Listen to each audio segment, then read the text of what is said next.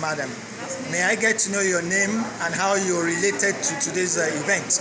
My name is Adewuni. I'm a media communications expert and I'm the facilitator for this training on sexual and gender-based violence reporting and to reduce sexual and gender-based violence.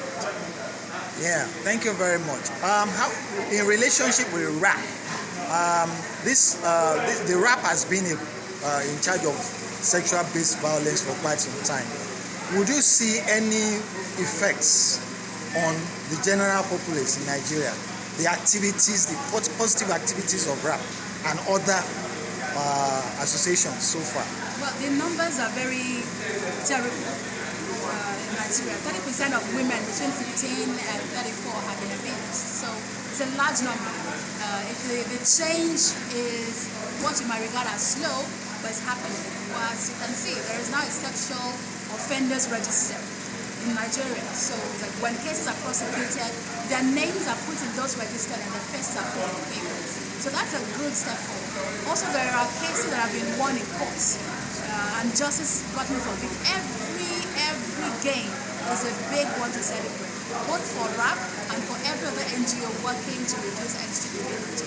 Yeah, basically on the essence of today's event, what are your suggestions on enhancing activities of the media in SGB violence, SGB reporting? The media is the fourth estate of the realm. They wield more power than journalists give themselves credit for. And we believe that journalists can amplify SGB cases and help to identify the gaps in legislation, also the gaps in the structures and responses to reportage of cases of SGB.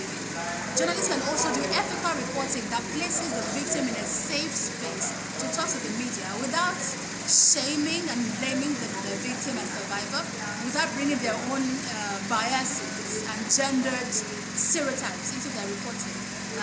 That's one of the things we've done at the training today, to teach journalists how to report the cases correctly and accurately. Now, would you actually fall in line in support of gender equality or gender equity? Well, I try not to get caught in the semantics. The clear goal is that every human is as equal as every other human, whether you're male or female, whatever the definitions that we decide to use. The same thing, people argue about feminism. Whatever definitions you choose, I'm not with semantics, I'm with the actualities of the work that we do, to ensure that everyone is given equal access to opportunities. It's about access. It's about access to power control. It's about ability to have self-determination about what you want to be and who you want to become, no matter what your gender is. And that you have the access to education, to resources, and to the freedom to fully and truly express yourself. You have talked about a difference, a gap. In the north, in some parts of the northern, in some parts of the north, some of these laws are being turned around.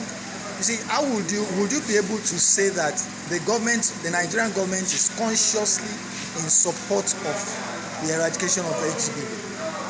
Consciously in support. I wish I could boldly say that.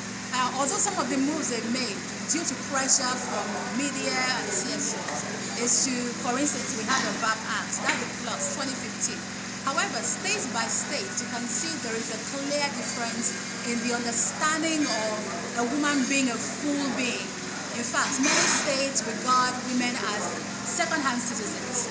The Nigerian law still has a place that allows the man to beat his wife as long as it does not cause her physical harm. These are the things that we hope that media personnel will expose, these gaps in the law. It is really bad to legalize violence against women. And we still have laws, both in the national and in states, that legalize violence against women and girls. The Child Rights Act has not been domesticated in many states, especially in the north, which means that children can still be forcibly raped on a daily basis under the guise of marriage, because that's no marriage. You can't marry a minor by law. So, but in these states, it's still allowed because the law covers them.